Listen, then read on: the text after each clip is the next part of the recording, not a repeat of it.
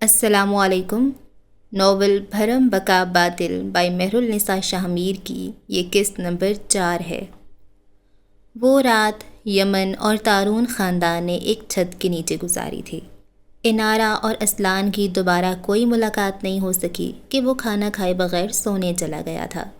سہراب نے کھانا ختم کر کے اس سے بس یہ کہا، صبح 5 بجے تم اور میں جاگنگ کے لیے جائیں گے، تیار رہنا۔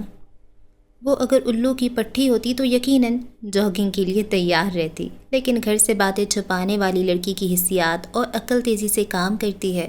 وہ جانتی تھی یہ بات اب اس کے 2 سالہ تعلق شاہویر بنگش کے متعلق ہونی تھی، اور سہراب سے یہ بات کرنا جوئے شیر لانے کے مترادف تھا۔ چاچو مجھ سے تمہارے بارے میں بات کرنا چاہتے ہیں، میں کیا بتاؤں؟ شاہویر میرے میسیجز دیکھو۔ شاہی کہاں ہو؟ تم اب مجھے پریشان کر رہے ہو۔ مجھے پتا تھا تم ایک دن مجھے دھوکہ دے جاؤ گے۔ سہراب کے جانے کے بعد اس نے لگاتار پیغامات بھیجے تھے، لیکن جواب ندارد۔ اسے فطری پریشانی لاحق ہوئی۔ شادی کا ذکر ہر لڑکی کے لیے سب سے پہلے پریشانی کا سبب بنتی ہے۔ انارہ تارون کے لیے بھی یہ ذکر پریشانی ہی لایا۔ مرتے کیا نہ کرتے کہ مستاق وہ ساری رات کی جاگی۔ شاہویر کو ڈی ایم بھیجا، میسیجز کیے، کال کی، یہاں تک کہ ای میل بھی لکھتی، لیکن جواب نہ آنا تھا نہ آ سکا۔ بالآخر اس پر دھوکے باز ہونے کی مہر لگا دی۔ صبح 4:30 بجے لال یمن کے لان میں موجود تھی۔ لاؤنج کا دروازہ کھول کر باہر نکلتا ہوا سہراب اسے دیکھ کر ٹھٹکا۔ سرمئی رنگ کے ٹراؤزر اور اوور سائز شرٹ کے اوپر سفید رنگ کی مردانہ ہوڈی پہنے وہ کوئی نمونہ ہی لگ رہی تھی۔ سیاہ لمبے بالوں کا جوڑا بنا تھا اور چہرے کی بشاشیت غائب تھی۔ اگر کچھ تھا تو بس تفکر۔ تمہارے 5 پہلے نہیں بد گئے؟ سیاہ ٹراؤزر اور سویٹر میں ملبوس آدمی آگے آیا اور آرا کے سامنے آ کر کھڑا ہوا۔ یہ تھیلا کس کا ہے؟ اس کا اشارہ ہوڈی کی طرف تھا۔ عالمگیر یمن کا۔ اوہ، سہراب نے ستائشی انداز میں بھویں اٹھائیں۔ Suits you. چرا کر گھر لے جاؤں؟ وہ یکدم ساری فکریں بھول گئی۔ اپنے چچا، بھائی اور ماموں کے کپڑوں پر ہر ڈاکہ اسی کا پڑتا تھا۔ پولیس کے سامنے چوری کی بات؟ چچا سے اجازت نامہ۔ سہراب نے سر نفی میں ہلایا، پھر محبت سے اسے اپنے بازو کے حلقے میں لیے آگے بڑھ گیا۔ دروازہ کھولا، پھر تالا چڑھایا، اور تھوڑی دیر بعد وہ دونوں دھند آلود پارک کی ٹریکنگ ایریا پر بھاگتے دکھائی دے رہے تھے۔ تم نے کب سے جاگنگ نہیں کی؟ 2 منٹ کے اندر اندر وہ بری طرح ہانپنے لگی تو سہراب نے سنجیدگی سے پوچھا۔ وہ 2 منٹ بھی بھاگ نہیں سکی۔ بس کوئی 2-3 ماہ ہوئے ہیں، یعنی 6-7 ماہ۔ نامحسوس انداز میں وہ اپنی رفتار سست کر چکا تھا۔ وزن کیا ہے تمہارا؟ 60 کلو، اس نے بھولے تنفس سے بامشکل جواب دیا۔ یعنی 65 کلو۔ آہرا اپنی جگہ ٹھہر گئی تو سہراب کو بھی ٹھہرنا پڑا۔ وہ شکوہ کناہ نگاہوں سے اسے دیکھ رہی تھی۔ اب اس سردی میں مجھ سے میرا وزن اور ورزش کا اسٹیمنا پوچھنے آئے ہیں تو یقین کریں یہ انتہائی احمقانہ حرکت ہے۔ سہراب اور اس کے درمیان ہلکی سی دھند تھی۔ وہ دونوں ایک دوسرے کا چہرہ نہیں دیکھ سکتے تھے۔ تم مجھے احمق کہہ رہی ہو؟ یار چاچو، کیا ہے یار؟ وہ روحان سی ہوئی۔ سہراب دھند کا سفر پار کر کے آیا اور اس کا ہاتھ پکڑا۔ سنجیدہ نگاہوں سے چند پل اسے دیکھتا رہا، پھر یوں ہی اس کا ہاتھ پکڑے سست رفتار سے دوڑنے لگا، یعنی دوڑنا بند نہیں ہوگا۔ بھائی کیسا ہے چاچو؟ پھولی سانسوں کے درمیان پوچھا۔ میرا یا تمہارا بھائی؟ آپ کے بھائی کے چھوٹنے میں فی الحال وقت باقی ہے، میں اپنے والے کا پوچھ رہی ہوں۔ ہیں تو دونوں پرلے درجے کے خبیث، لیکن اب ذکر چھڑی گیا ہے تو سنو۔ وہ دوڑنا چھوڑ بس چلنے لگا تھا۔ انتہائی اکھڑ، بدتمیز، گھٹیا اور بغیرت ہے تمہارا بھائی۔ یونیورسٹی سے ایکسپیل ہونے والا تھا، میں نے بچایا ہے۔ اب بس میرا تبادلہ ہو جائے لاہور، یا تو کہیں پرائیویٹ نوکری پر لگوا دوں گا یا پھر دوبارہ یونیورسٹی۔ دھند میں یکدم بھاری بوجھل پن بھی شامل ہو گیا۔ ہوائیں اسی بوجھ سے وزنی ہونے لگیں۔ پرائیویٹ نوکری؟ چاچو وہ شہر کے ٹاپرز میں شمار ہوتا رہا ہے، وہ اس سب کا حقدار نہیں ہے۔ پڑھائی تیاگ کر محبوبہ کا غم سینے سے لگا کر وہ بیٹھا ہے، میں نہیں۔ سہراب غصے میں نہیں تھا، وہ بس کہہ رہا تھا۔ تمہارے باپ کو بیٹی کی خبر لینے کی فرصت نہیں ہے، اور سچ کہوں تو اسلان اب وہ بچہ نہیں ہے جسے میں ڈپٹ کر چپ کروا دوں۔ وہ متانت سے کہہ رہا تھا۔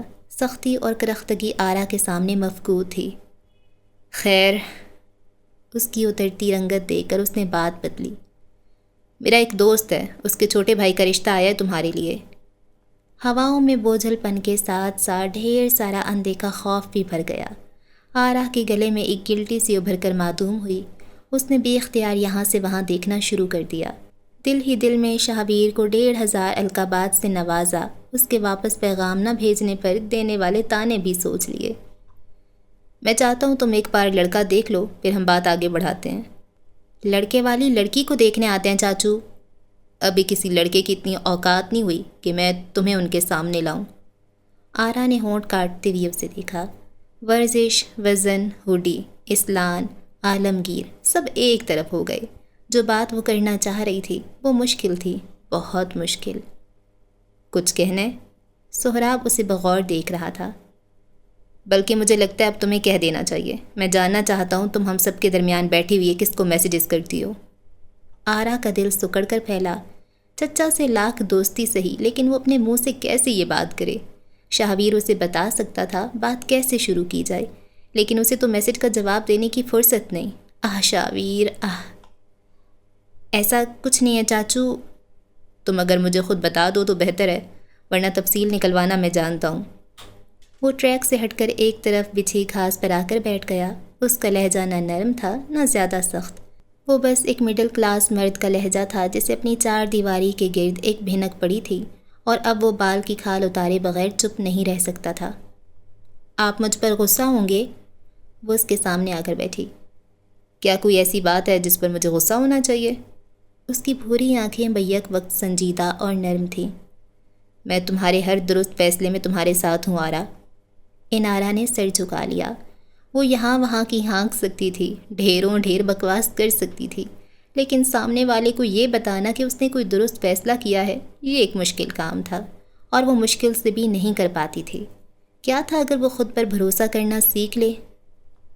میں ایک لڑکے کو پسند کرتی ہوں، اس نے کہنا شروع کیا۔ وہ بہت اچھا ہے چاچو، وہ بھی مجھے پسند کرتا ہے اور مجھ سے شادی بھی کرنا چاہتا ہے، اس نے کہا ہے۔ کیا کرتا ہے؟ کوئی کھنچاؤ تھا جو اسے اپنی ہڈیوں میں اترتا محسوس ہوا۔ لکھاری ہے۔ کھلانے پلانے کی اوقات والا لکھاری، یا جس کے مسودے مسترد ہو کر آتے ہیں ویسا؟ اس کی کتابیں نیو یارک ٹائمز کی بیسٹ سیلرز ہیں، اور اس کا اسکرین پلے، آپ جانتے ہیں انگریز اس کے لکھے ہوئے کے دیوانے ہیں۔ اوہ، پھر کنورٹ کون ہو رہا ہے، وہ یا تم؟ چاچو وہ مسلمان ہے۔ آرا نے اپنی بات پر زور دیا۔ اندھا، کانا، لنگڑا، گونگا؟ وہ بالکل ٹھیک ہے یار، ایسا کچھ نہیں ہے، بلکہ اچھا خاصا خوبصورت ہے۔ سہراب نے آنکھیں چھوٹی کر کے اسے دیکھا۔ تم نے دن میں خواب دیکھنا کب شروع کیا بچے؟ اب تم کہو گی وہ پاکستانی بھی ہے اور اس کا نام شہابیر بنگش بھی ہے، اور وہ بولتے بولتے رکا۔ آرا کی نگاہوں میں شہابیر بنگش کے نام پر کچھ آیا تھا۔ سہراب کئی لمحے سانس نہیں لے سکا۔ اس نے یہ نام یوں ہی لے لیا تھا کیونکہ کل اس کی اسلان سے اسی آدمی کے متعلق بات ہوئی تھی، مگر اس کا نام شہابیر بنگش ہی ہے۔ وہ محبت میں سرشار محبوب کے الفاظ تھے۔ سہراب یمن کے چہرے سے کچھ واضح نہیں ہوتا تھا، لیکن اس کا دل باقاعدہ اپنی جگہ سے پھسل کر ایک طرف ہوا تھا۔ بنگش خاندان لاہور کے بڑے بڑے گھرانوں میں شمار ہوتا تھا، اور یمن خاندان، لاہور کے نقشے پر ان کا چھوٹا سا گھر دکھائی دے جائے یہ بھی غنیمت تھا۔ اس خاندان سے کدورت کئی برس پرانی اور راسخ تھی۔ یہاں تعلق نہیں جڑ سکتا تھا کیونکہ ان سے تو جنگ تھی۔ وہ تم سے کہاں ملا تھا؟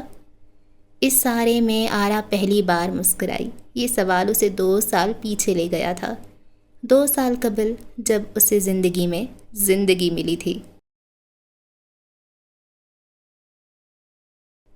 کیا ہم 2 سال پیچھے سفر کریں گے؟ لکڑی کے فرش پر بیٹھی لڑکی زور سے پوچھ رہی تھی۔ اس کے گال دہک رہے تھے۔ ہاں، کیونکہ اس کی ضرورت ہے۔ تمہیں نہیں لگتا کہانی میں کچھ مسنگ ہے؟ مرد نے سوال کیا۔ کافی پیتی لڑکی نے ایک گھونٹ بھرا اور چند لمحے پرسوچ نگاہوں سے اسے دیکھتی رہی، پھر بہت ٹھہر کر تول تول کر جواب دیا۔ رومانس، اس کہانی میں رومانس کی کمی ہے۔ اب نہیں ہوگی، یقین دہانی۔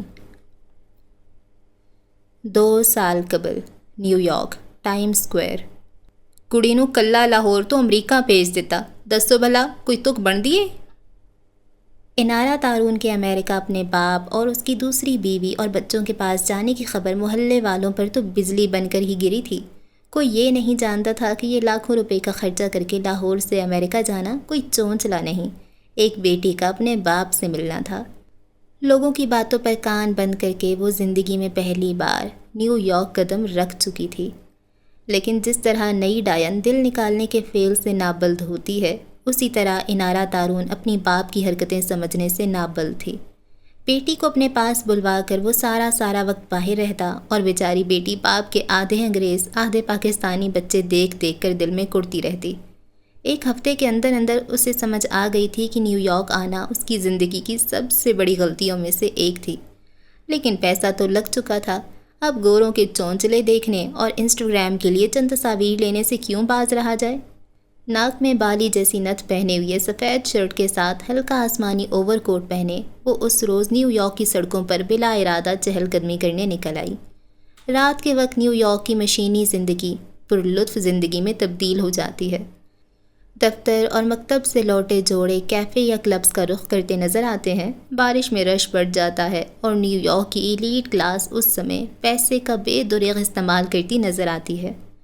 ٹائم سکوائر کی حدود میں داخل ہوتے ہی اس کے چہرے پر 250 گواری پڑ گئی، ذہن میں مختلف مناظر ٹوٹ کر بکھر رہے تھے۔ وہ تمہاری بیٹی ہے، اس سے میرا کوئی تعلق نہیں ہے، مجھے مجبور مت کرو کہ میں اسے یہاں سے روانہ کر دوں۔ اس کی سوتیلی ماں انگریزی میں چیخ چلا رہی تھی، اس کا باپ کسی آنا بلے کی طرح گردن جھکائے کھڑا تھا۔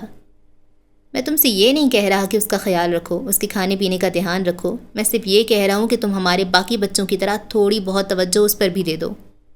کیا میں تمہارے باپ کی نوکر ہوں؟ عورت مزید بدتمیزی سے چیخی۔ شجاع یمن جواباً ضرور چیختا، اس کا منہ بند کرواتا، لیکن مرد کی خالی جیب اس کا گلا بٹھانے کی صلاحیت رکھتی ہے۔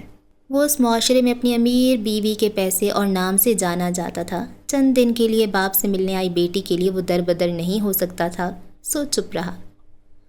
ٹائم سکوائر لمبی تا حد نگاہ پھیلی ہوئی گلیوں پر مشتمل ہے، جہاں سڑک کے دونوں اطراف اونچی عمارتیں کھڑی ہیں، جہاں پر ہمہ وقت کسی فیشن شو، فلم، تھیٹر، موسیقی، اداکاروں یا آرٹس کے متعلق اشتہار چلتے رہتے ہیں۔ یہ جگہ نیو یارک کے ڈاؤن ٹاؤن کی حیثیت رکھتی ہے۔ انارا مختلف دکانیں، ان کے باہر سجی کرسیاں دیکھتی چلی جا رہی تھی۔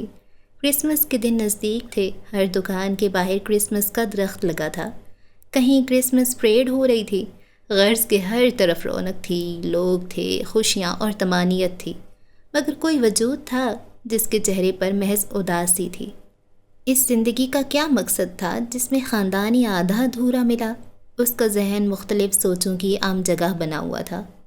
بہت کم عمری سے اس نے ماں باپ کے درمیان جھگڑا دیکھا، پھر جھگڑا طول پکڑتا گیا اور بات طلاق تک آ گئی۔ ماں باپ لڑیں جھگڑیں، اس بات کو بچے کسی نہ کسی طرح برداشت کر لیتے ہیں، ماں باپ الگ ہو جائیں یہ بات کوئی ہی برداشت کر سکتا ہے۔ انارا تارون آج تک عدالت کے وہ چکر، نان و نطفہ کے فساد اور ہر روز کے مسائل نہیں بھولی تھی۔ نیو یارک ٹائم سکوائر ہوتا ہوگا لوگوں کی جنت، مگر اس کے لیے یہ جگہ اور لوگوں کی خوشی دم گھونٹنے جیسی تھی۔ اسے لوگوں کی خوشیوں سے نفرت ہو رہی تھی، کیا وہ لوگوں سے جل رہی تھی؟ ڈیڈ، اسے نیو یارک آئے 2 سے زائد ہفتے ہو گئے تھے جب اسے پہلی بار اپنے باپ سے اکیلے میں بات کرنے کا موقع ملا تھا۔ ڈاکٹر سے کب کا اپوائنٹمنٹ لیا ہے؟ لان میں رکھی سفید رنگ کی کرسیوں میں سے ایک پر وہ اپنے باپ کے سامنے آ کر بیٹھی۔ شجاع ہلکا سا مسکرایا اور اس کی کرسی اپنے قریب کھینچی۔ بس کچھ دن رک جاؤ، مجھے ایک کام سے واشنگٹن جانا ہے، وہ کر کے آ جاؤں پھر چلتے ہیں۔ نیو یارک آنے کی پہلی وجہ آرا کا طبی معائنہ تھا۔ اس کا دایاں بازو پیدائشی طور پر کوہنی کی جگہ سے جامد تھا، ایسے کہ وہ اسے اونچا نہیں کر سکتی تھی۔ پاکستان میں علاج کے لیے مارے پھرنے کے باوجود بازو کسی طور ٹھیک نہ ہو سکا تو شجاع نے اسے اپنے پاس بلوا لیا۔ یہاں اس کے جاننے والوں نے 1-2 ڈاکٹر کا پتہ بتایا تھا اور وہ پر یقین تھا کہ آرا کا علاج بہت اچھی طرح ہو جائے گا۔ میں بھی آپ کے ساتھ چلوں؟ وہ امید سے پوچھ رہی تھی۔ جواباً شجاع کی مسکراہٹ دھیمی پڑ گئی۔ یہ صاف انکار تھا، یعنی وہ اسے اپنی انگریز بیوی اور 4 عدد آدھے انگریز آدھے دیسی بچوں کے پاس چھوڑ کر واشنگٹن جانے والے تھے۔ جانے کیوں مگر آرا کے دل میں باپ کی طرف سے لگی گرہیں مضبوط ہوتی جا رہی تھیں۔ وہ چلتے چلتے ایک جگہ آ کر رکی تھی۔ ایک اونچی عمارت کے اوپر لگی اسکرین پر کسی کریم کا اشتہار چل رہا تھا۔ گلابی اور سنہری روشنی اس کے چہرے پر پڑ رہی تھی، ناک کی بالی دمک رہی تھی۔ سانولے بھرے بھرے چہرے پر روشنی پڑتی تو وہ چمکنے لگتا۔ آنکھوں کی افسردگی مگر الگ قصہ تھی۔ وہ ٹائم اسکوائر کی سرخ سیڑھیوں کے قریب رکی تھی۔ آس پاس ہنستے مسکراتے گاتے جھومتے لوگ تھے۔ اسی پہر ہلکی ہلکی برف باری شروع ہو گئی، سرما کی پہلی برف باری۔ ٹائم اسکوائر کے لوگوں کو گویا جنت کے اندر دوسری جنت مل گئی ہو۔ تصاویر بناتے لوگ اب دھڑا دھڑ تصاویر اتار رہے تھے۔ آسمانی لباس والی لڑکی سفید برف باری اور روشنیوں میں گھری آس پاس دیکھ رہی تھی۔ یکدم سب بدل گیا تھا۔ نئی دنیا، نئے لوگ، خوشی، کہے محبت، روشنیاں، برف باری۔ آسمانی اوور کوٹ والی لڑکی نے چہرہ آسمان کی جانب اٹھا لیا تھا۔ برف کے ذرے اس کے چہرے پر گرتے تھے اور وہ بچوں کی طرح کھلکھلا دیتی۔ بے ہنگم شور، لاتعداد لوگ، کئی ملک، کئی مختلف تہذیبوں سے آئے لوگ، بے انتہا روشنیاں، اور ان سب کے درمیان وہ بھی تھا، وہ جس کے گلے میں سفید سونے کی زنجیر تھی۔ ڈھیلے پینٹ کے اوپر لمبا سفید برف جیسا سفید اوور کوٹ پہنے وہ اپنے سے ذرا فاصلے پر کھڑی لڑکی کو دیکھ رہا تھا۔ اس سردی میں بھی اس کے سفید ہاتھوں کی لمبی خوبصورت انگلیاں دستانوں سے پاک تھیں۔ وہ اسے 6 ماہ بعد دیکھ رہا تھا، لیکن آج بھی وہ پہلی ملاقات اس کے ذہن پر کسی سنہری یاد کی طرح درج تھی۔ کچھ تھا اس میں یا اس ملاقات میں کہ وہ اسے بھول نہیں پایا تھا۔ ٹائم اسکوائر کی برف باری غائب ہوئی، عمارتیں سمندر برد ہوئیں، رونقیں رہزن لے اڑے۔ وقت کے دھارے میں تیز بہاؤ کے چپوؤں پر سفر کرتے ہوئے وہ 6 ماہ قبل کی ایک ملاقات میں فلم کے کسی کردار کی طرح ٹھہر گیا۔ 6 ماہ قبل، جب وہ اس سے پہلی بار ملا تھا۔ کوہ مری میں سیاحوں کے آنے کا موسم آ گیا تھا۔ ہر کیفے، ہوٹل اور ریستوران کے باہر مقامی لوگوں سے زیادہ سیاحوں کا رش تھا۔ رونقیں عروج پر تھیں۔ برف باری نے الگ ہی سما باندھ رکھا تھا، یعنی برف باری کئی جگہ بتیوں کے گل ہونے کا سبب بھی تھی۔ وادی کی رونقیں بڑھ گئی تھیں۔ کیا چاہیے تمہیں؟ دیکھو جتنا کیش تھا میں سب دے چکا ہوں، اب کیا؟ نیم تاریخ گلی سے آتی اس آواز پر لڑکیوں کے قول کے ساتھ جاتی لڑکی ٹھہر گئی تھی۔ اس کے ہاتھ میں ایک بڑا سا اسپیکر تھا، غالباً وہ اس کے ذریعے غول سے جدا ہوئی لڑکیوں کو بلانے والی تھی۔ بدتمیزی کیوں کر رہے ہو؟ تمہیں جو چاہیے وہ میں دے رہا ہوں نا؟ آواز کے ساتھ ایک بھاری تھپڑ کی آواز بھی آئی۔ وہ جو آگے بڑھنے ہی لگی تھی بالکل دیوار کے ساتھ لگ گئی اور گلے کی طرف آدھا چہرہ نکال کر دیکھا۔ اس کے کھلے ہوئے بال دائیں کندھے سے نیچے لٹکنے لگے۔ زیادہ ہوشیاری مت دکھا، جو ہے سب نکال۔ چاقو کی نوکیلی دھار ایک لڑکے کے اوپر تانے دوسرا لڑکا بدمعاشی سے کہہ رہا تھا، یہ بھی نکال، جلدی کر۔ اس کے بائیں طرف کھڑے ہوئے لڑکے نے گلے کی چین کی طرف اشارہ کیا، جس پر کتھئی آنکھوں والے نوجوان نے نفی میں سر ہلایا۔ میں یہ نہیں دے سکتا۔ وہ پیچھے ہوا۔ تم کیش لے لو، میرا موبائل لے لو، لیکن یہ نہیں۔ قطعیت اور سختی سے کہہ کر وہ پیچھے ہوا، جب لڑکوں میں سے ایک نے اس کے منہ پر گھونسا دے مارا۔ وہ لڑکھڑا کر پیچھے ہوا اور یہی وہ وقت تھا جب دیوار کی اوٹ میں کھڑی لڑکی نے جھک کر برف کی چادر سے ڈھکے ایک پتھر کو اٹھایا اور وہیں جھک کر بدمعاشوں میں سے کسی ایک کے گھٹنے کا نشانہ لیا۔ ہیزل آنکھیں ہلکی سی چھوٹے کیں اور پوری قوت سے وہ پتھر اس کے گھٹنے پر دے مارا۔ سردیوں کی چوٹ تھی، گھٹنے سے دل تک سرایت کر گئی۔ لڑکا گھٹنوں کے بل گرا تھا۔ شاویر کی نگاہ اس طرف پڑی تو وہ جلدی سے دیوار کی اوٹ میں ہو گئی۔ یہ پتھر کس نے مارا؟ لڑکی نے 3-4 پتھر اٹھائے اور پے در پہ ان کے گھٹنوں اور سینے کے نشانے لیتی گئی۔ گلی کے عین بیچوں بیچ کھڑا اوور کوٹ اور سفید زنجیر والا لڑکا حیران تھا۔ اگر یہ پتھروں کی کوئی بارش تھی تو وہ محفوظ کیوں کر تھا؟ اسی لمحے لڑکی دیوار کی اوٹ سے نکل آئی، اپنے لمبے اوور کوٹ کی آستین چڑھائیں، کمر کے گرد بیلٹ کو سختی سے کسا اور ایک پتھر اٹھا کر ہراساں کرنے والوں میں سے کسی ایک کو دے مارا۔ اسی لمحے، عین اسی پل، برف کے درمیان گرے پڑے شخص نے کراہتے ہوئے نگاہیں اٹھائیں اور اپنے سامنے آسمانی اوور کوٹ والی لڑکی کو دیکھا۔ سفید برف ذرات کی صورت اس کے کھلے ہوئے لمبے بالوں میں کسی جگنوں کی طرح جگہ بنا رہی تھی۔ دور کہیں سے آتی اسٹریٹ پولز کی روشنی اس کی پشت پر پڑ رہی تھی۔ اس کا چہرہ واضح نہیں تھا۔ وہ سرعت سے دوبارہ دیوار کی اوٹ میں ہو گئی۔ موبائل پر تیزی سے یوٹیوب کھول کر پولیس کی گاڑی کے سائرن لکھ کر سرچ کیا۔ دیوار کے پیچھے دیکھ، کون ہے ادھر؟ باس کے حکم پر دوسرا لڑکا اس طرف بڑھا۔ اسی لمحے انارا نے چلتا ہوا سائرن مائک کے قریب کیا، یوں کہ اب سارے میں پولیس کی گاڑی کے سائرن بجنے لگے۔ لڑکوں نے جلدی سے موبائل اور پرس اٹھایا اور بھاگ گئے۔ انارا کافی دیر تک وہیں کھڑی رہی۔ شہبیر وہیں زمین پر گرا ہوا تھا۔ بہت دیر بعد اس نے دیوار کی اوٹ سے جھانکا تو وہاں کوئی نہیں تھا۔ وہ اور شیر ہو گئی۔ لائٹ آ گئی تھی اور اب آس پاس کئی لوگ بھی گزر رہے تھے۔ تب بھی وہ گلی کے اندر کی طرف بڑھی۔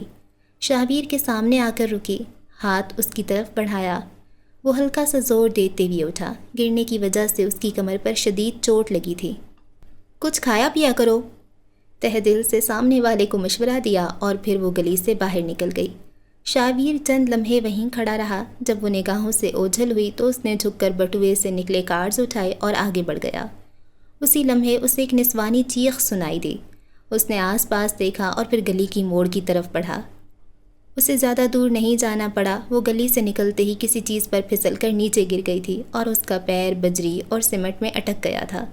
یہاں روشنی تھی، شہبیر اس کا چہرہ بھی دیکھ سکتا تھا، ناک کی بالی بھی، اس کا آسمانی اوور کوٹ بھی اور اس کی ہیزل آنکھیں بھی۔ وہ سب دیکھ رہا تھا سوائے اس اندیکھی گرفت کے جو اس کے گرد بندھ گئی تھی۔ اپنے بھرے بھرے سراپے کی وجہ سے وہ اٹھنے کی کوشش کرتی اور پھر رپٹ کر گرتی۔ ہلکی سی روشنی میں شہبیر نے دیکھا کہ وہاں کچھ چکنا مایا گرا ہوا تھا، جس کی وجہ سے اس کے ہاتھ زمین پر ٹک نہیں رہے تھے اور وہ پھسل رہی تھی۔ اس پر تضاد کہ اس کا پیر پھنسا ہوا تھا۔ شہبیر نے جھک کر اس کے قریب بیٹھتے ہوئے پہلے اس کا بوٹ والا پیر آزاد کروایا، پھر اپنا ہاتھ اس کی طرف بڑھایا۔ انگلیاں کسی ماہر مصور کی انگلیوں کے جیسی تھیں، ناخن تراشے ہوئے، ہاتھ پر بال نہ ہونے کے برابر۔ آرا نے اپنا ہاتھ اس کی طرف بڑھایا۔ چکنے ہاتھ نے اس کا سارا ہاتھ چکنا کر دیا۔ شہبیر نے جھک کر مضبوطی سے اس کے دونوں ہاتھ تھامے اور پھر کھینچ کر اسے کھڑا کیا تو وہ کھڑی ہو گئی۔ البتہ اس کا چہرہ بتا رہا تھا چوٹ زبردست تھی۔ وہ چند لمحے اسے دیکھتا رہا، پھر مسکراہٹ دباتی ہوئے کہا، کچھ کم کھایا کرو۔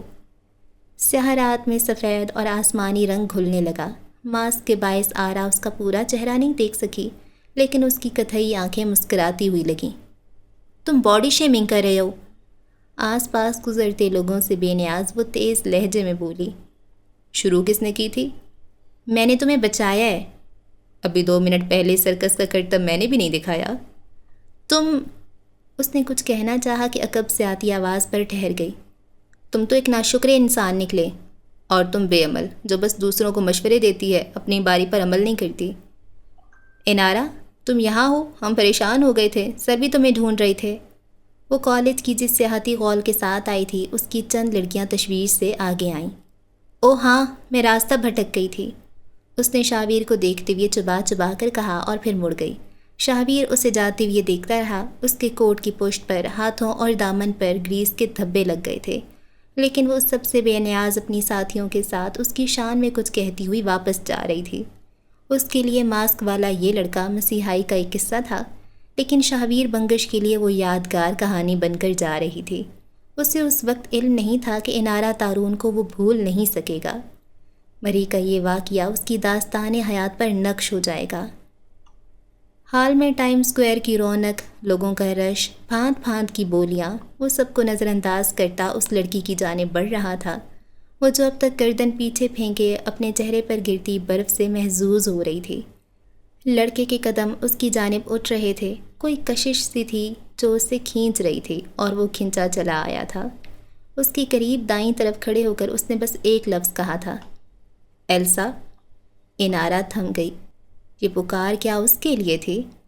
وہ اس پکار پر مڑی، اب کہ اس کا چہرہ مکمل طور پر شہبیر کے سامنے تھا۔ اس نے ناک میں بالی پہنی ہوئی لڑکی کو دیکھا اور وہ کئی لمحے ہل نہیں سکا۔ ٹائم سکوائر کی ساری روشنیاں، سارا حسن، ساری رونق، سارے کہکہے، سب بے معنی تھے۔ یہ لڑکی اور اس کا چہرہ، شہبیر اب اسے اگلی کئی زندگیوں تک بھول نہیں پاتا۔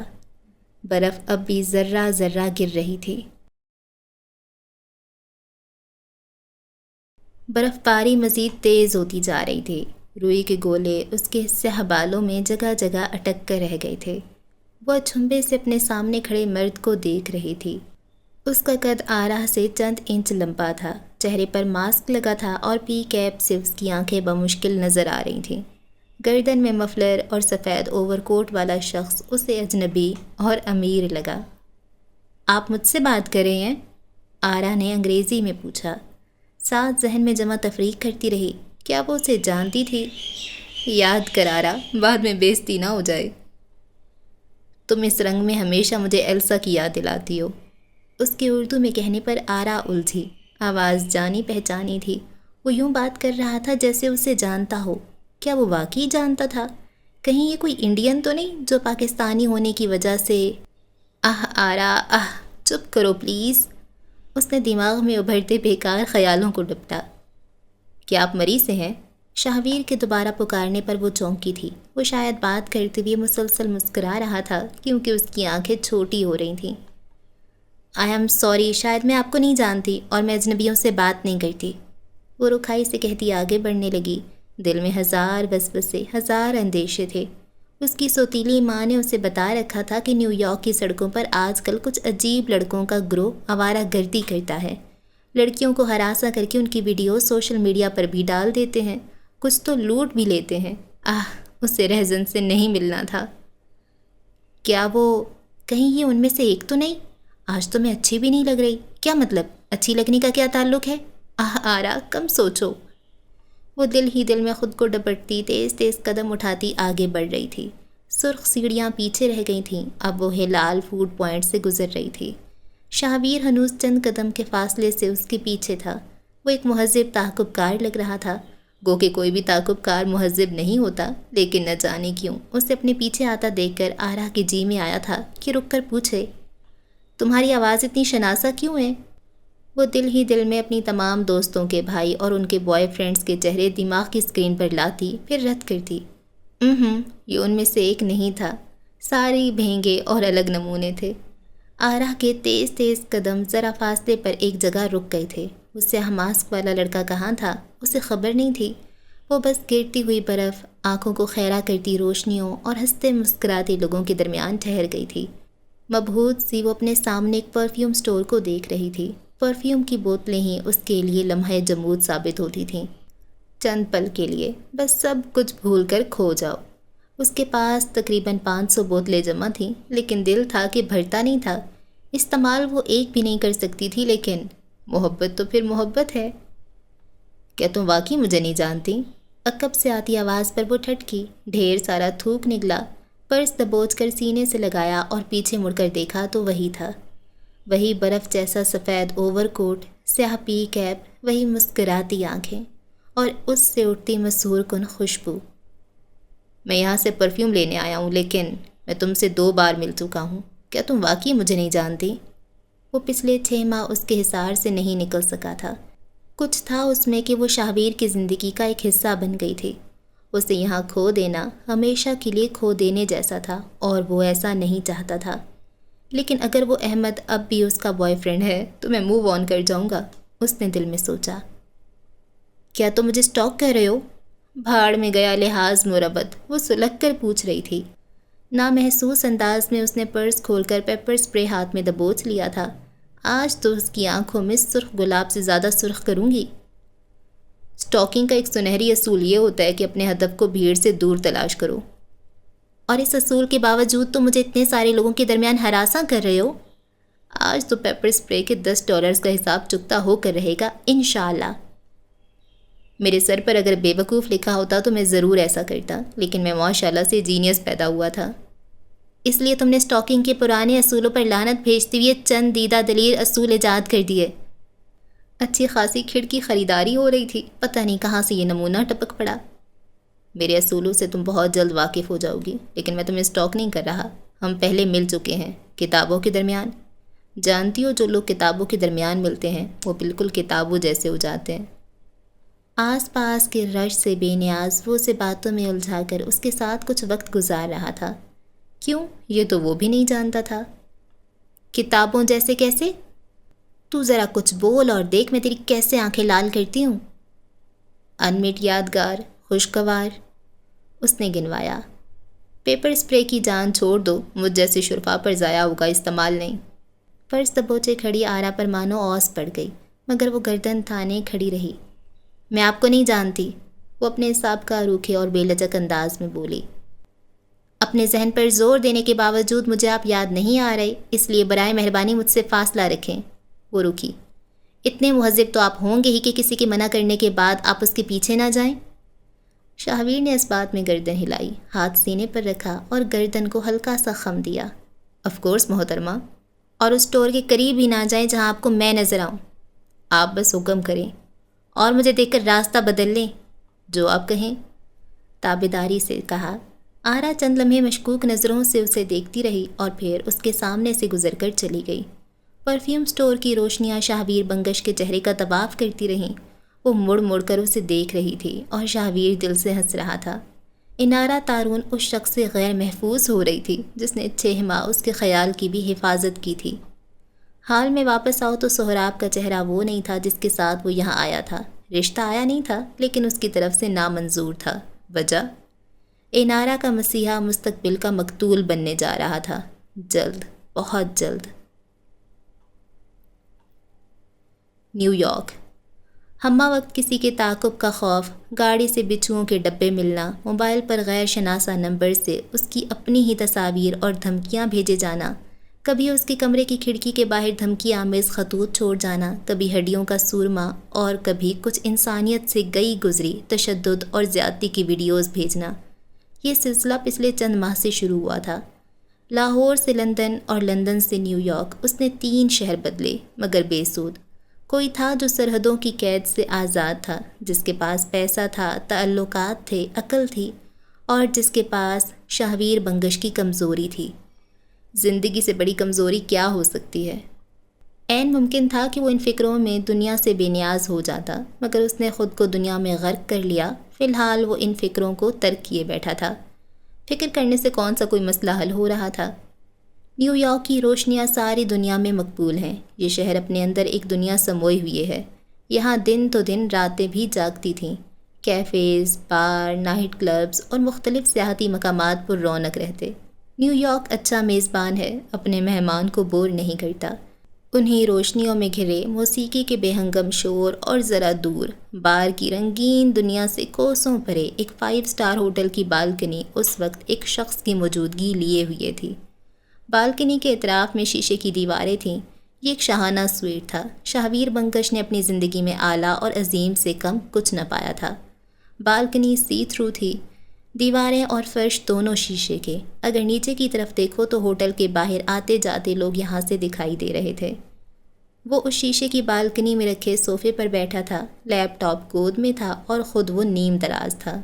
ساتھ رکھی چھوٹی سی شیشے کی میز پر اس کے کھانے کے برتن رکھے تھے، ساتھ ایک کھلا جوس کا ڈبہ۔ وہ کھٹا ٹائپ کر رہا تھا۔ دماغ سارا اس سین کی طرف تھا جس میں ہیرو نے ہیروئن کو گلاب بھیجے تھے۔ تو صبر کر بیٹا، ابھی جب یہ دھوکہ دے گی تب پتہ چلے گا۔ وہ اپنے ہی کردار کے مستقبل کا سوچتے ہوئے محظوظ ہو رہا تھا، سر الگ دھن رہا تھا۔ اس کا موبائل بند تھا اور اس نے چارج کرنے کی زحمت نہیں کی تھی۔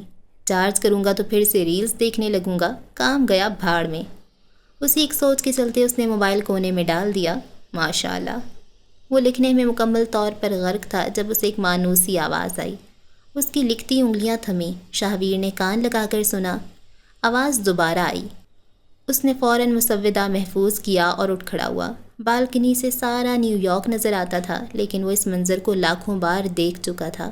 اس وقت وہ اس آواز کے تعاقب میں تھا۔ جلدی اس نے سراغ لگا لیا۔ اس کے ساتھ والے سویٹ کی بالکنی اور اس کے اپنے سویٹ کی بالکنی کے درمیان کرسمس کے موقع کی مناسبت سے کچھ سجاوٹی تاریں لگی تھیں، رنگین روشنیاں پیدا کرتی تاریں۔ لیکن اس وقت اس کی توجہ کا مرکز ان تاروں پر بیٹھا بلی کا چھوٹا سا بچہ تھا۔ اگر وہ یہاں سے گرتا تو اس کی موت یقینی تھی۔ اس کی آنکھوں کا خوف، اس کا کپکپانا، شاہویر کا دل پسیجا۔ ڈونٹ وری، تم ہلنا مت، میں تمہیں سنبھال لوں گا، اس نے انگریزی میں کہا۔ بلی کا بچہ زور زور سے آوازیں نکالنے لگا تھا۔ شاہویر کو سمجھ نہ آیا کہ وہ کس طرح اسے بچائے۔ اس نے مسکرانے کی کوشش کی کہ شاید اس کی پریشانی کم ہو۔ سفید بلی کا بچہ گھبرایا ہوا تھا۔ شاہویر نے بالکنی سے آدھا باہر لٹک کر اپنا ہاتھ تاروں کے اوپر یوں پھیلا لیا جیسے ہتھیلی پر اسے بیٹھنے کی پیشکش کی ہو۔ بچہ سہما گھبرایا سا آگے آیا۔ شاہویر کے سینے پر شیشے کا دباؤ تھا، ہاتھ پوری طرح سرخ پڑ رہا تھا۔ گردن پر زور پڑ رہا تھا اور سبھی پیشانی پر بل تھے۔ اس کی گردن یوں جیسے گردن چھل رہی ہو، لیکن کیٹ پیرنٹس عجیب مخلوق ہوتے ہیں۔ وہ بالکنی سے آدھا لٹک کر بھی مسکرا رہا تھا، یہاں تک کہ بلی کا وہ بچہ اس کی ہتھیلی پر آ بیٹھا۔ شاہویر اپنی فتح پر مسکرایا تھا۔ اس نے بچے کی ٹانگ کو انگلیوں میں دبوچا اور جلدی سے اسے اوپر اٹھا لیا اور بالکنی کے فرش پر گر گیا۔ گھبرایا بچہ اسے لپٹنے کی کوشش میں اس کی گردن زخمی کر گیا۔ ریلیکس، سب ٹھیک ہے، ریلیکس، شاہویر نے اسے سہلایا۔ وہ اسے بچا چکا تھا۔ کچھ دیر بعد وہ سی تھرو شیشے کے اوپر لیٹا تھا۔ جمبو، بلی کے بچے کو نام مل گیا تھا۔ اس کے سینے پر لیٹا ہوا تھا۔ دور بیڈ پر شاہویر کا 1.5 برس کا بلہ شاہجہاں لیٹا تھا۔ اس کے اٹھنے کی دیر تھی۔ جمبو بہت جلد کھلی بوتل بننے والا تھا۔ دور پڑا لیپ ٹاپ اپنی ناقدری کو رو رہا تھا۔ شاہویر جمبو کے ساتھ کھیلتے ہوئے اپنے مسودے کو کہہ رہا تھا، دیکھو میں نے تمہیں لکھنے کی پوری کوشش کی، لیکن کسی کی جان بچانا بھی ضروری تھا۔ تم اتنے ظالم تو نہیں ہو نا؟ بس ایک موقع، صرف ایک موقع، ایک بہانہ چاہیے ہوتا ہے لکھاری کو کہ وہ اپنے کام سے بھاگ سکے۔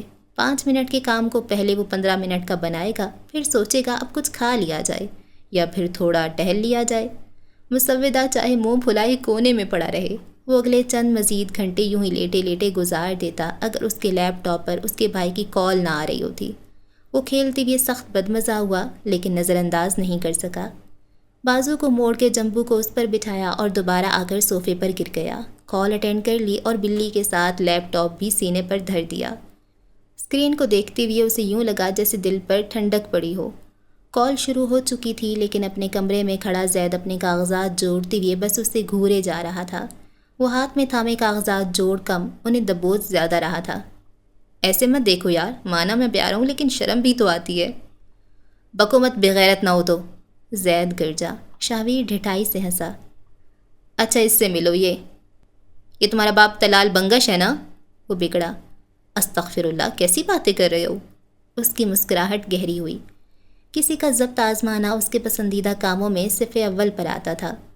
باپ کو کیوں بیچ میں لا رہے ہو؟ یہ میرا بیٹا ہے، جمبو بنگش۔ اس نے محبت سے شاہجہاں کے بالوں میں ہاتھ پھیرا۔ خبردار جو تم نے اس گلی کے بلے کو میرے خاندان کا نام دیا۔ تمہارا خاندان؟ میں لاٹری میں نکلا تھا کیا؟ شاہزید نے 3-4 موٹی موٹی گالیاں زبان پر آنے سے روکیں اور مزید جارحیت سے کاغذات اکٹھا کرنے لگا۔ مقصد کی بات پر آؤ گے یا روٹھی محبوبہ کی طرح دیکھتے رہو گے؟ شاہویر نے گردن پر انگلیاں تھپ تھپائیں، خراشیں جل رہی تھیں۔ مجھے یہ بتاؤ تم نے سستے نشے کب سے شروع کر دیے ہیں؟ عالمی سطح پر بیٹھ کر اپنے معاشقوں کا اقرار کون کرتا ہے؟ شاہویر تلال بنگش، اس نے نادیدہ کالر چڑھائے۔ اور معاشقے میں کئی برس پہلے چھوڑ چکا ہوں۔ یہ والی تو میری محبت ہے، تمہاری بھابھی، میری ہونے والی بیوی، بنگش خاندان کی بہو۔ کتنے سال تک؟ کیا ہے یار؟ شاہویر بگڑا۔ 2 سال سے میرے ساتھ ہے وہ، کئی بار تم سے ملوا چکا ہوں، اس کے گھر اس کی فیملی سے ملنے جا رہا ہوں، اور تمہیں لگتا ہے میں سیریس نہیں ہوں؟ شاہزید لمحے بھر کو چپ ہو گیا۔ اس کے دماغ کی اسکرین پر کوئی اور منظر ابھر رہا تھا۔ تم اس لڑکی کو جانتے ہو نا زید؟ رات کے کھانے پر جب تمام بنگش مل بیٹھے تب تمکنت نے چھری کانٹے سے پاستہ لبوں تک لے جاتے ہوئے سرسری سا پوچھا۔ وہ اپنے بیٹے کو نہیں دیکھ رہی تھی، اس کی نظریں کھانے پر جمی تھیں۔ ایک پل کو تو زید نہیں سمجھا کہ وہ کیا کہہ رہی تھیں، لیکن اگلے ہی پل اس کے ذہن میں جھماکا ہوا تھا۔ ایک جھٹکے سے اسے اس لڑکی اور اس سے جڑی ساری باتیں یاد آ گئیں۔ کیسی لڑکی ہے وہ؟ تمکنت نے پھر پوچھا۔ خوبصورت، وفادار اور اونچی ناک والی، شاہزید نے بغیر دقت کے گنوایا۔ وہی جو وہ جانتا تھا یا اسے لگتا تھا۔ کیا وہ میر کارواں کے ساتھ چل سکتی ہے؟ کیا وہ لوگوں کے معاملے میں اچھی ہے؟ دوسرا سوال، انداز ہنوز مصروف۔ اب کے رئیس کے کان بھی اسی طرف لگ چکے تھے۔ اوہو، خاندان میں ایک نیا ڈرامہ ہونے والا تھا۔ میر کارواں کے ساتھ چلنے والوں کی پہچان میر کارواں بناتا ہے موم۔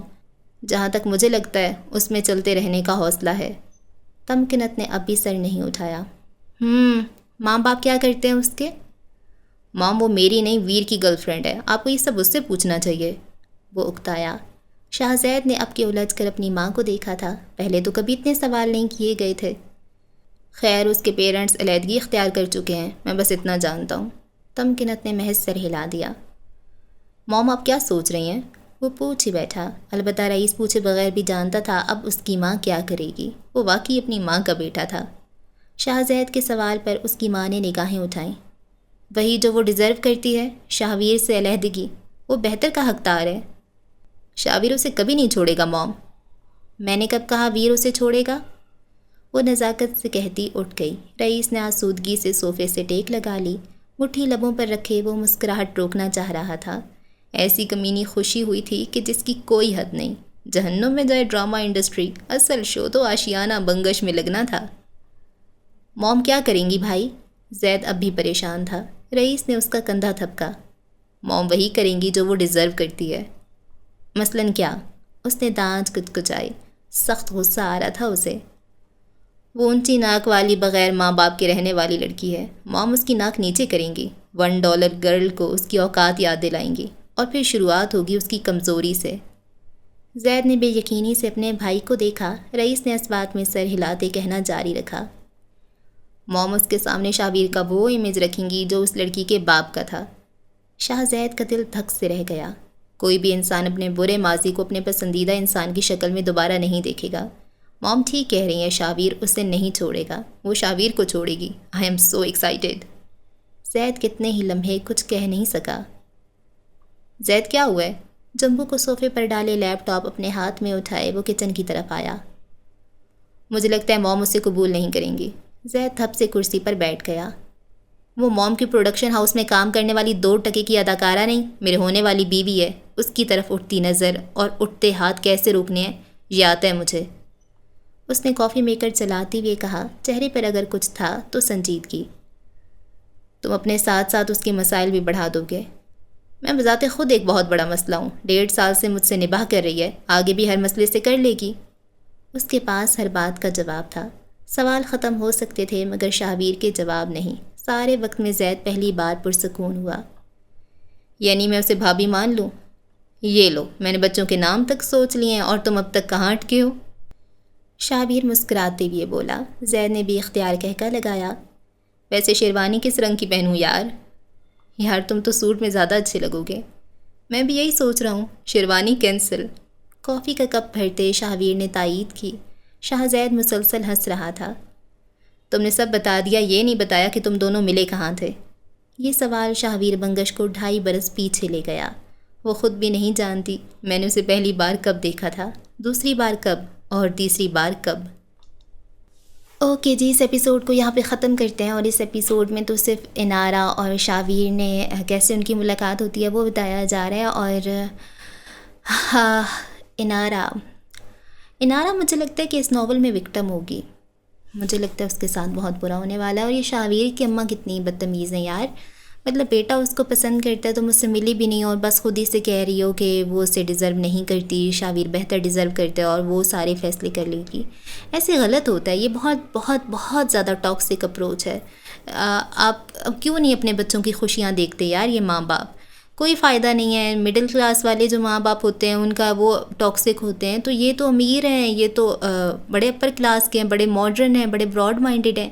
یہ بھی بس اپنی مرضی چلوانا چاہتے ہیں۔ یہ جو کچھ پیرنٹس ہوتے ہیں نا کہ بس ان کے مطابق ان کا بچہ زندگی گزارے اور ویسا ہی لائف پارٹنر چاہے جیسا وہ چاہتے ہیں، تو یہ چیزیں بہت خراب کرتی ہیں۔ اب دیکھیں نا، یہ ان کی لائف خراب کرے گی۔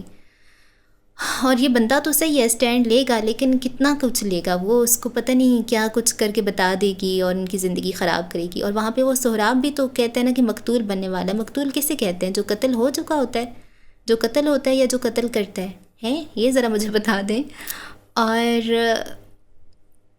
اور ہاں، ایک بات جو مجھے آپ لوگوں سے کہنی تھی وہ یہ تھی کہ جیسا کہ آپ سب کو پتہ ہے کہ میں نے نیو مائک لیا ہے۔ میں بہت عرصے سے کہہ رہی تھی کہ میں نیو مائک لوں گی تب اس ناول کی ریکارڈنگ سٹارٹ کروں گی۔ تو آپ لوگوں کا جو رسپانس ہے نا وہ اتنا پازیٹیو مجھے نہیں مل رہا۔ آپ لوگ کہہ رہے ہیں کہ پہلے والا مائک اچھا تھا، یہ ہے وہ ہے۔ پہلے والا بھی نو ڈاؤٹ اچھا مائک تھا، لیکن یہ بہت زیادہ اچھا ہے۔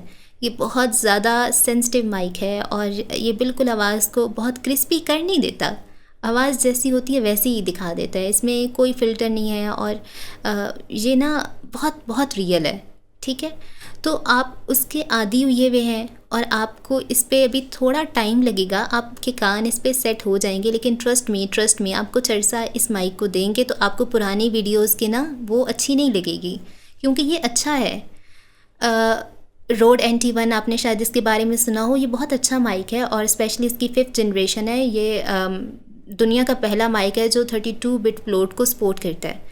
خیر ان باتوں پہ نہیں آتے، لیکن آپ کے جو کامنٹس ہوتے ہیں کہ پہلے والا مائک اچھا تھا، یہ نہیں اچھا، یہ باتیں میں بہت دل پہ لیتی ہوں، کیونکہ میں اپ گریڈ کرنا چاہ رہی تھی نا اپنا اسٹوڈیو کے تھوڑا بہتر زیادہ کوالٹی کی طرف جاتے ہیں تاکہ آپ کو بالکل نوائز نہ سنائی دے، بالکل اچھی آواز سنائی دے، تو یہ میں چاہ رہی تھی۔ لیکن اگر آپ لوگوں کو یہ سب نہیں مل رہا تو پھر تو میرا دل ٹوٹے گا نا۔ تو آپ تھوڑا سا وقت دیں اس کو، اور ٹرسٹ می یہ اچھا مائک ہے، یہ زیادہ اچھا مائک ہے، تو آپ کے کان اس پہ سیٹ ہو جائیں گے، ٹھیک ہے، یقین کریں۔ پہلے والا بھی اچھا تھا لیکن یہ بہت اچھا ہے۔ اس کو میں اتنا زیادہ ڈسٹنس پہ رکھا ہوا ہے، تقریباً 12 to 15 انچز کی ڈسٹنس پہ ہے میرے منہ سے، اور میں بہت آہستہ بول رہی ہوں، تو یہ اتنا پھر بھی کرسپ لاتا ہے آواز میں نا۔ اور جو پہلے والا مائک تھا اس کو بالکل میں نے منہ کے ساتھ رکھا ہوا ہوتا تھا۔ تو خیر میں کیا ہی کہوں، آپ تھوڑا سا ٹائم دیں، آپ کے کان سیٹ ہو جائیں گے، ٹھیک ہے۔ اور اس ناول میں، اس ایپیسوڈ میں اور تو کچھ ایسا خاص نہیں ہوا، اور بس کچھ بھی نہیں ہوا، ابھی تو کہانی ابھی چل رہی ہے نا، تو اگلی ایپیسوڈ میں ہوتی ہے ملاقات، ٹھیک ہے جی، دعاؤں میں رکھیں یاد۔ اللہ حافظ۔